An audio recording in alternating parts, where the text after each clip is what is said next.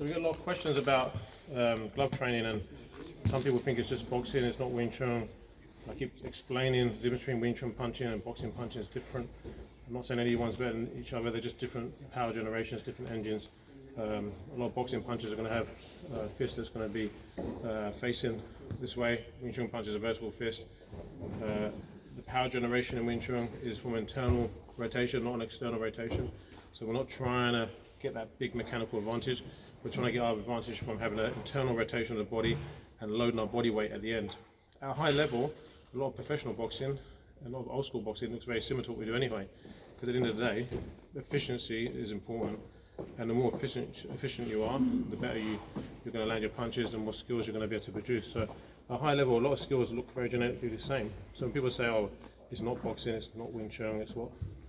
People say it's not Wing Chun, it's boxing, and they say it's not boxing, they don't know what it is. So I mean, obviously, it must be something. If I'm telling you it's Wing Chun, then it must be Wing Chun, that's why I train. But then people try to tell me what's right or wrong about Wing Chun, and then they tell me they've never done Wing Chun. It's all a bit crazy. So all I want to just do is just show you a few things. Some people have been asking about gloves restricting Wing Chun techniques. Obviously there's a slight restriction in some techniques, but the value you get added is much higher because you can hit harder, you can hit with more control, more speed, more timing. If you make a mistake and hit somebody, even though you're controlling the strike, you don't hurt them, you don't hurt your elbows, you don't hurt your hands. Yes, there's a few dexterity things that are different, but some things are very much the same. You know, the way we control, the way we move is very much the same. I've done maybe 23 courses on my website with hundreds and hundreds of videos. My Chinese boxing course is 10 modules, it's massive. So there's a load of stuff to learn, right? So I'm not going to be able to show you much in a few minutes, but I just want to give you a couple of ideas just so you can start to see what we're looking at, you know, the eyes that we're using. That might help you identify what's going on, rather than having questions but not really having any basis to answer them, right? So you need to have a foundation of what you're asking about, right? So if we're using gloves,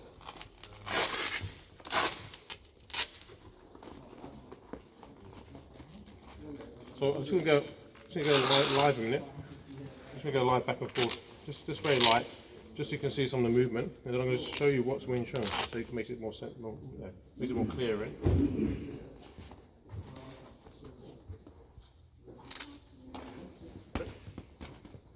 Just normal sparring.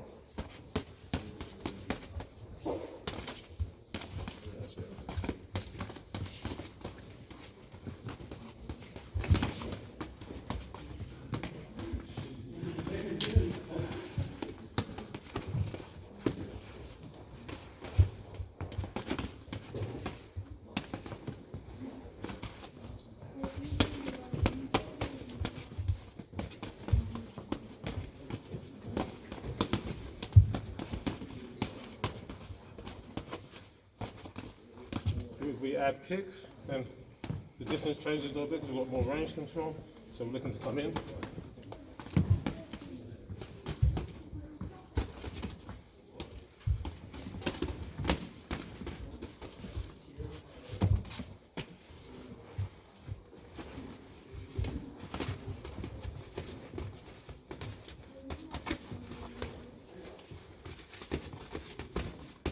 Alright, good.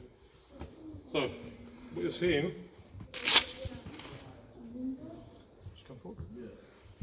what you're seeing a lot there is we don't generate power by trying to get mechanical rotation through a big swing. We're close range. So people say to me, oh, you don't have to throw a boxing hook.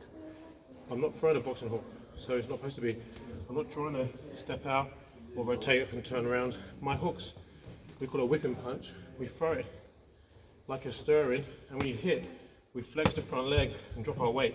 And this is what we call inch power Wing Chun.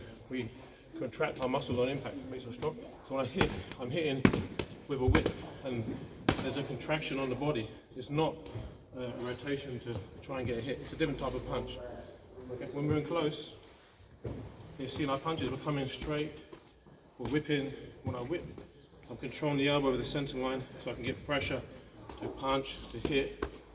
When he pushes towards me, second form, twisting him out with a Lan Sao. He pushes back to me, that's where I might get my sweep or my punch. When we get into clinch positions here, we're tight. I'm using my Gor Sao to stick, to rotate the structure out, to push his center line out, to get my punches. Okay, if he punches towards me, people are looking for the Tan Sao to block the punches. We don't block with Tan Sao that way. Tan Sao is when you're in close, I spread, open up that line.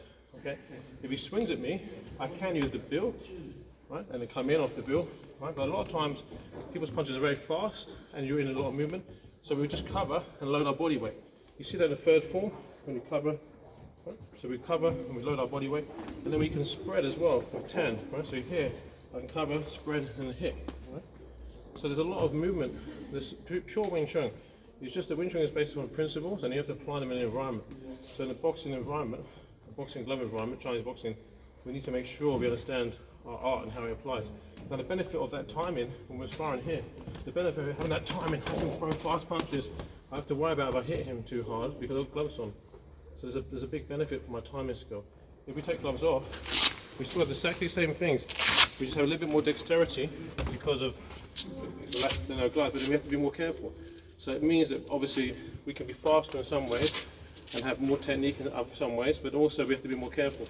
So you lose some of that aliveness, right? So I can do it because I've been doing it a long time, but some people who haven't been doing glove training, because of that lack of aliveness, when they do stuff with no gloves, because they're trying not to hurt each other, or they don't understand the time of when to release the punch, they're often stiff and too slow, okay? Or they're fast and too light. So they actually, when they really have a real fight, they're not used to actually putting power in. So we're still going to have some inch power into the body when we do no gloves, but we're going to control more to the head to make sure we don't hurt each other, right? It's very easy to cause soft tissue damage, right? A lot of people when you're trying to have a tendency to punch each other in the mouth and give each other bloody lips, which is silly because you can get teeth stuck in your hands, you know, damage his teeth, right? If you're going to punch to the head, you want to palm to the face. If you're going to punch, you need to punch around the arc of the face and control your punch, right? Because obviously you've got no gloves. You don't control it, we're going to get damaged, right? Okay, so we'll do it from Chi Sao to Gor Sao, and we're just going to mix it all up, okay, just to show you some live training.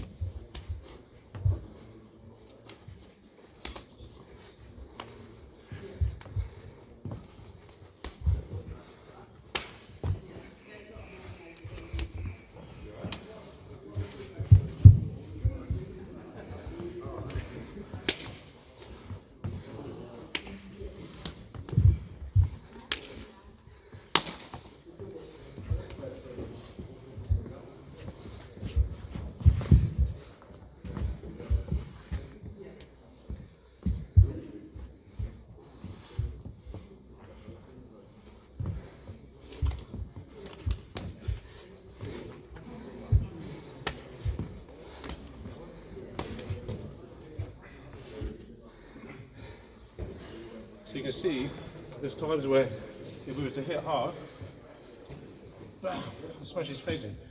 So I have to hit tap or palm. You can see there's times when I clinch, use the Lan Sao, open up strikes, okay, knee strikes, push the balance, gives you a sweep, right? You can see when we're in Chi Sao, obviously the normal control structure before we hit.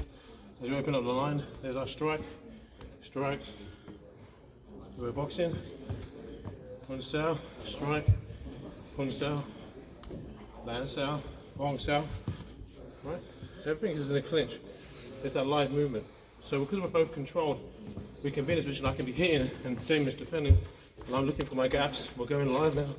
Okay, so I'm having to find gaps. It's the same thing with the gloves. The gloves, it just means I can go, with the gloves I can go bang, bang, bang, and he has to defend that. With the gloves out here, I can throw a shot knowing if it's going to land, and just throw it, and he has to deal with it. Without the gloves, I have to make sure I don't make a mistake because I've hurt my hand. So we do both because it's important to look after your tools and not just get into bad habits or just swinging punches and not knowing what's happening. We have to hit the target. I never miss. When I hit, I land my punch, I break a rib, or I hit the sternum, the liver, I hit the pressure point, or the jaw, the temple, right? Or I hit them in the nose, or I smash them. You saw the elbows? We just roll the elbow on the person's head. So if we get in elbow position, we don't go like bam, we just roll it, because it means you are hit. So it's that sensitivity, stickiness, controlling, seasoning, sticking, smashing. Wing Chun should be like a combine harvester. This just rips people apart, pulls them apart. So in a self-defense situation, someone grabs hold of me. I don't try to get rid of the hand. He grabs me. I just smash him. Right? He tries to grab hold of my head. Right? I think it's just smash. Right? Stick. So I stick control him. When I'm sticking to him, he tries to grab me. Right? I can stick and control, smash him. Right? He tries to grab me. See, my structure's aligned. I can feel every position in his body. I'm trying to bump his center line off balance. I'm trying to rotate him out and strike him, push him off balance. I'm going to try to rip him apart. But to do that, we have to have that spiraling force, that control of all the force flow, all the bows, boxing and being robust and taking punches. Right, put your gloves back on. Taking punches is teaching you how to rotate your center, offset balance of the punch. So even without the glove, the punch will glance and give you the opportunity to hit. If you're not used to that timing, you're going to get overwhelmed. Right? If you're not used to getting hit, you're going to panic. Right? So if even I just defend, you're going to rip to the body. Go.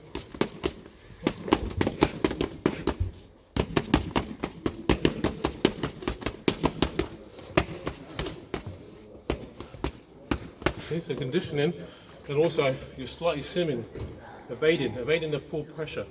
So the place that he wants to make the punch hit, I'm just evading it a little bit, and the pressure's just coming off. So I'm just not taking the full blow all the time. So it looks like he's landing good punches, but they're coming off. They're not really landing where he wants to land. So when someone comes in at you, and you get that kind of, yeah. See, jump sound. Yeah. Move down.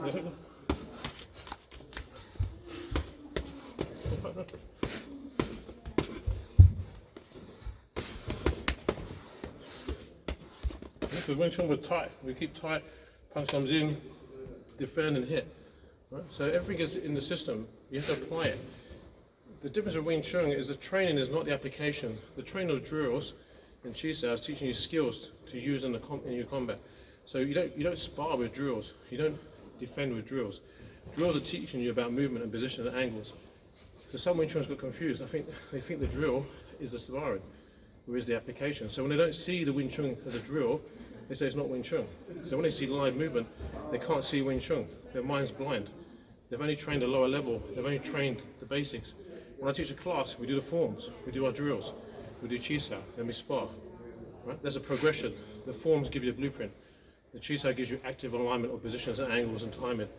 And then you have to get close and use it. So Chi Sao to Gor Sao, then gloves on make it more alive and more dynamic, right? And you have to deal with the idea of solving randomness, right? You know, they say there's nothing random in the universe, only if you don't know what it is. So randomness doesn't exist.